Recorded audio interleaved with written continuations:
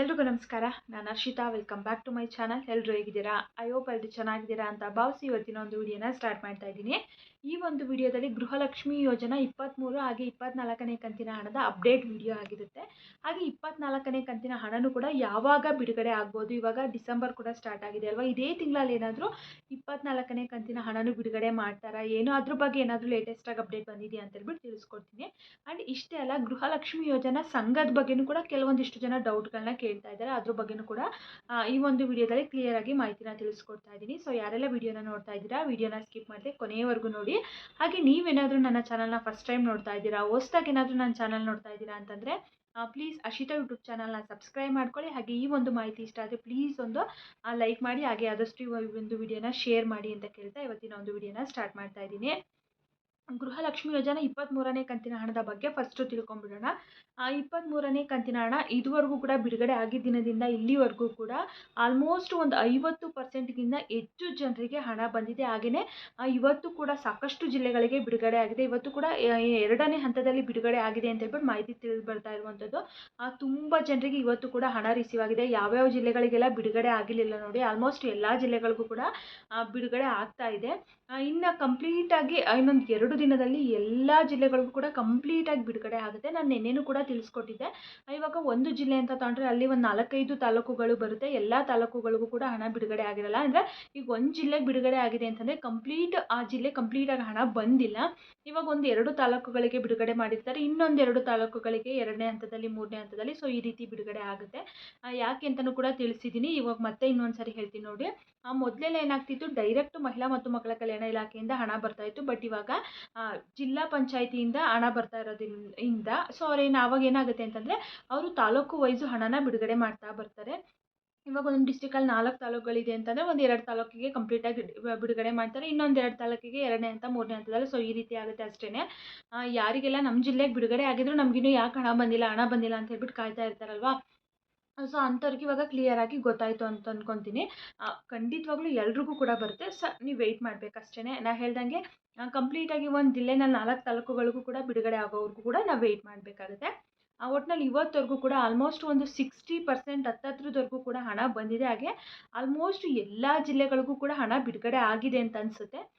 ಇನ್ನೊಂದು 2-3 ಜಿಲ್ಲೆಗಳು ಇರ್ಬೋದೇನೋ pending. Almost ಒಂದು 25 ಜಿಲ್ಲೆಗಳಿಗಂತೂ 100% ಬಿಡುಗಡೆ ಆಗಿದೆ. ಉಳಿದಿದ್ರೆ ಕೂಡ ಇನ್ನೊಂದು 3-4 ಜಿಲ್ಲೆಗಳು ಉಳಿದಿರ್ಬೋದು. ಅದು ಕೂಡ ನಾಳೆ ನಾಡಿದ್ದಷ್ಟರಲ್ಲಿ ಕಂಪ್ಲೀಟಾಗಿ ಕ್ಲಿಯರ್ ಆಗುತ್ತೆ. ಸೊ ಎಲ್ರಿಗೂ ಕೂಡ ತುಂಬ ಸ್ಪೀಡಾಗಿ ಬರ್ತಾ ಇದೆ ಅಂತಲೇ ಹೇಳ್ಬೋದು. ಕಳೆದ ಕಂತುಗಳಿಗೆ ಹೋಲಿಸ್ಕೊಂಡ್ರೆ ಈ ಒಂದು ಕಂತು ತುಂಬ ಸ್ಪೀಡಪ್ ಆಗಿ ಬರ್ತಾ ಇದೆ. ಹಾಗೆ ತುಂಬ ಜನಕ್ಕೆ 4 ಸಾವಿರನೂ ಕೂಡ ಬಂದಿದೆ. ಅದು 22 ಹಾಗೆ 23ನೇ ಕಂತಿನ ಹಣ ಆಗಿರುತ್ತೆ. ಯಾರು ಕನ್ಫ್ಯೂಸ್ ಮಾಡ್ಕೊಳ್ಳೋದಕ್ಕೆ ಹೋಗ್ಬೇಡಿ. ಇದು 23, 24 ಅಂತ ಹೇಳ್ಬಿಟ್ಟು 24 ಇನ್ನೂ ಬಿಡುಗಡೆ ಆಗಿಲ್ಲ. 22 ಯಾರಿಗೆಲ್ಲ ಬಂದಿರಲಿಲ್ಲ ನೋಡಿ ಅವ್ರಿಗೆ 22 ಮತ್ತು ಈ ಬಿಡುಗಡೆ ಮಾಡಿರುವಂಥ 23 2 ಕಂತು ಬರ್ತಾ ಇದೆ. ಸೊ ಕ್ಲಿಯರಾಗಿ ಗೊತ್ತಾಯಿತು ಅಂತ ಅನ್ಕೊತೀನಿ. ಇನ್ನು 24ನೇ ಕಂತಿನ ಹಣ ಯಾವಾಗ ಬಿಡುಗಡೆ ಆಗುತ್ತೆ ಅಂತಲೂ ಕೂಡ ತುಂಬ ಜನ ಕಾಯ್ತಾ ಇದ್ದಾರೆ. ಹಾಗೆ ಕಮೆಂಟು ಕೂಡ ಮಾಡ್ತಾ ಇದ್ದಾರೆ. ಯಾರೆಲ್ಲ 23ನ ರಿಸೀವ್ ಮಾಡ್ಕೊಂಡಿದ್ದಾರೆ ಅವ್ರು 24 ಯಾವಾಗ ಬರಬಹುದು ಅಂತ ಕೇಳ್ತಾ ಇದ್ದಾರೆ. 24 ಬಗ್ಗೆ ಲಕ್ಷ್ಮೀ ಹೆಬ್ಬಾಳ್ಕರ್ ಮೇಡಮ್ ಆಗಲಿ, ಇನ್ನು ಮಹಿಳಾ ಮತ್ತು ಮಕ್ಕಳ ಕಲ್ಯಾಣ ಇಲಾಖೆಯಿಂದಾಗಿ ಏನು ಲೇಟೆಸ್ಟ್ ಅಪ್ಡೇಟ್ ಬಂದಿಲ್ಲ. ಬಹುಶಃ ನಾವು ಎಕ್ಸ್ಪೆಕ್ಟ್ ಮಾಡ್ಬೋದು ಅಂದ್ರೆ 100% ಎಕ್ಸ್ಪೆಕ್ಟ್ ಮಾಡೋಕ್ಕಂತೂ ಆಗಲ್ಲ.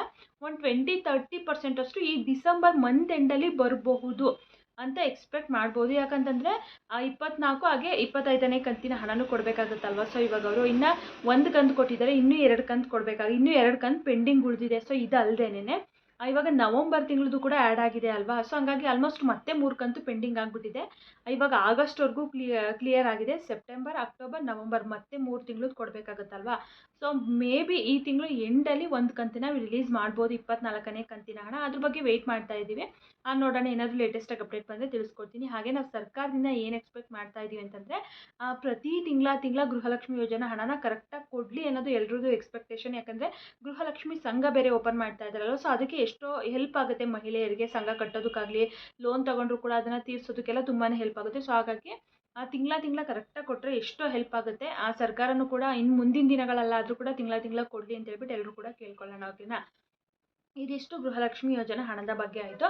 ಈಗ ಗೃಹಲಕ್ಷ್ಮಿ ಸಂಘದ ಬಗ್ಗೆ ಕೆಲವೊಂದಿಷ್ಟು ಜನ ಡೌಟ್ಗಳನ್ನ ಕಮೆಂಟ್ ಮಾಡಿದ್ರು. ಅದ್ರ ಬಗ್ಗೆ ಕ್ಲಿಯರಾಗಿ ತಿಳಿಸ್ಕೊಡ್ತೀನಿ ನೋಡಿ.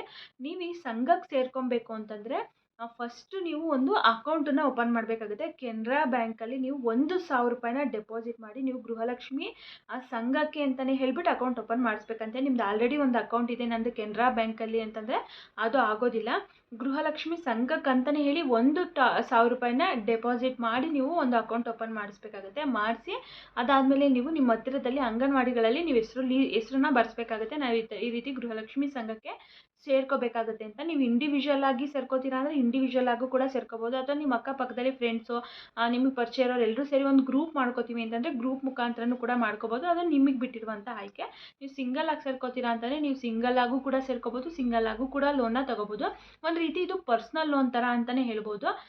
ಈ ಒಂದು ಗೃಹಲಕ್ಷ್ಮಿ ಯೋಜನಾ ಲೋನ್ ಏನು ಬರ್ತಾ ಇದೆ ಅದು. ಯಾಕಂತಂದರೆ ನೀವು ಒಬ್ಬರೇ ಇಂಡಿವಿಜುವಲ್ ಆಗಿ ಸಂಘಕ್ಕೆ ಸೇರ್ಕೊಂಡ್ರು ಕೂಡ ಒಬ್ರಿಗೂ ಕೂಡ ಲೋನ್ ಕೊಡ್ತಾರಂತೆ. ಸೊ ಹಾಗಾಗಿ ಇದೆಲ್ಲ ಯಾವುದೇ ರೀತಿ ನೀವು ಹೋಗಿ ಅಲ್ಲಿ ಕೇಳೋದು ಇಲ್ಲಿ ಕೇಳೋದು ಇರಲ್ಲ. ಎಲ್ಲ ಆಟೋಮೆಟಿಕ್ ಕಂಪ್ಯೂಟರ್ ಜನ್ರೇಟೆಡ್ ಅಂತಲೇ ಹೇಳ್ಬೋದು. ಅಂತಂದರೆ ನೀವು ಪ್ರತಿ ತಿಂಗಳು ಅಮೌಂಟ್ ಏನು ಕಟ್ತಾ ಹೋಗ್ತೀರಾ ಅದು ಕಂಪ್ಯೂಟ್ರಲ್ಲೇ ನಿಮಗೆ ಲೋನು ಜನ್ರೇಟ್ ಆಗಿ ಬರುತ್ತೆ. ನಿಮಗೆ ಎಲಿಜಿಬಲ್ ಇದ್ದೀರಾ ಕೊಡಬೇಕಾ ಬೇಡವಾ ಅಂತ ಹೇಳ್ಬಿಟ್ಟು ಆಟೋಮೆಟಿಕ್ ಅಲ್ಲೇ ಶೋ ಆಗುತ್ತಂತೆ. ಸೊ ಆ ರೀತಿಯಾಗಿರುತ್ತೆ. ಆಮೇಲೆ ಕ್ಯಾಶ್ಲೆಸ್ ಅಂತಲೇ ಹೇಳ್ಬೋದು. ನೀವು ಬೇಕಿದ್ದರೆ ಪ್ರತಿ ತಿಂಗಳ ಅಕೌಂಟ್ ಓಪನ್ ಮಾಡಿಸಿದ್ಮೇಲೆ 1,000 ರೂಪಾಯಿ ಕೊಟ್ಟು ಒಂದು ಅಕೌಂಟ್ ಓಪನ್ ಮಾಡಿಸಿದ್ಮೇಲೆ ನೀವು ಪ್ರತಿ ತಿಂಗಳ 200 ರೂಪಾಯಿನ ಕಟ್ಕೊಂಡು ಹೋಗಬೇಕಾಗುತ್ತೆ. ಪ್ರತಿ ತಿಂಗಳು ಕೂಡ ನೀವು ಕಟ್ಟಬೇಕಾಗುತ್ತೆ. ಉಳಿತಾಯ ಥರ ನೀವು ಕಟ್ಟಿದ್ರೆ ನಿಮ್ಗೆ 6 ತಿಂಗಳು ಆದಮೇಲೆ ನಿಮಗೆ ಲೋನ್ ಸಿಗುವಂಥದ್ದು. ನೀವು ಈ ತಿಂಗಳೇ ಕಟ್ಟಿದ್ದೀರಾ ಅಂತಂದರೆ ನಿಮಗೆ ಈ ತಿಂಗಳೇ ಸಿಗಲ್ಲ, ಅಥವಾ 2 ತಿಂಗಳಿಗೋ 3 ತಿಂಗಳಿಗೋ ಖಂಡಿತವಾಗ್ಲೂ ಸಿಗಲ್ಲ. ಮಿನಿಮಮ್ 6 ತಿಂಗಳು ಆಗಿರಲೇಬೇಕು. 6 ತಿಂಗಳು ಆದಮೇಲೆ ನಿಮಗೆ ಲೋನ್ ಸಿಗುವಂಥದ್ದು. ತುಂಬ ಜನರಿಗೆ ಡೌಟ್ ಇವಾಗ 3 ಲಕ್ಷದವರೆಗೂ ಅಂತ ಹೇಳ್ತಾರಲ್ಲ, ಸ್ಟಾರ್ಟಿಂಗೇ 3 ಲಕ್ಷ ಕೊಡ್ತಾರೆ ಅಂತ ಹೇಳ್ಬಿಟ್ಟು ಖಂಡಿತವಾಗ್ಲೂ ಸ್ಟಾರ್ಟಿಂಗ್ 3 ಲಕ್ಷ ಕೊಡೋದಿಲ್ಲ. ನೀವು ಸ್ಟಾರ್ಟಿಂಗು ಲೋನ್ ತೊಗೊಳಕ್ಕೆ ಎಷ್ಟು ಅಮೌಂಟ್ ಎಲಿಜಿಬಲ್ ಅಂತಂದರೆ 30,000 ರೂಪಾಯಿ ಮಾತ್ರ ನಿಮಗೆ ಸಿಗುವಂಥದ್ದು. ಅದನ್ನು ನೀವು ಯಾವ ರೀತಿಯಾಗಿ ಕಟ್ಟಿ ತೀರಿಸ್ತೀರಾ ನೋಡಿ, ಅದ್ರ ಮೇಲೆ ನಿಮ್ಮ ನೆಕ್ಸ್ಟ್ ಲೋನು ಡಿಪೆಂಡ್ ಆಗಿರುತ್ತೆ. ಸೊ ಹಾಗಾಗಿ 30,000 ತೊಗೊಂಡಿರೋದನ್ನ ಆದಷ್ಟು ನೀಟಾಗಿ ಕಟ್ಟೋದಕ್ಕೆ ಟ್ರೈ ಮಾಡಿ. ಕರೆಕ್ಟು ಡೇಟಿಗೆ ಕರೆಕ್ಟು ಟೈಮಿಗೆ ಕಟ್ತಾ ಹೋದರೆ ನಿಮಗೆ ನೆಕ್ಸ್ಟ್ ಲೋನಿಗೆಲ್ಲ ತುಂಬಾ ಹೆಲ್ಪ್ ಆಗುತ್ತೆ. ಸೊ ಹಾಗಾಗಿ ನೀವು ಲೋನ್ ಏನು ಬ್ಯಾಂಕಿಗೆ ಹೋಗಿ ಕಟ್ಟಬೇಕು ಅಂತೇನಿಲ್ಲ, ಅಕೌಂಟಲ್ಲೇ ಆಟೋ ಡೆಬಿಟ್ ಆಗೋ ಥರನಾದರೂ ಕೂಡ ಮಾಡ್ಬೋದು, ಅಥವಾ ನೀವು ಫೋನ್ಪೇನಲ್ಲಾದರೂ ಕೂಡ ಮಾಡ್ಬೋದು. ಸೊ ಆ ರೀತಿಯೂ ಕೂಡ ಆಪ್ಷನ್ ಇರುತ್ತೆ ಅಂತ ಹೇಳ್ಬಿಟ್ಟು ತಿಳಿಸಿದ್ದಾರೆ. ನೀವು ಅಲ್ಲೇ ಹೋಗಿ ಕಟ್ಟಬೇಕಂತೇನಿಲ್ಲ.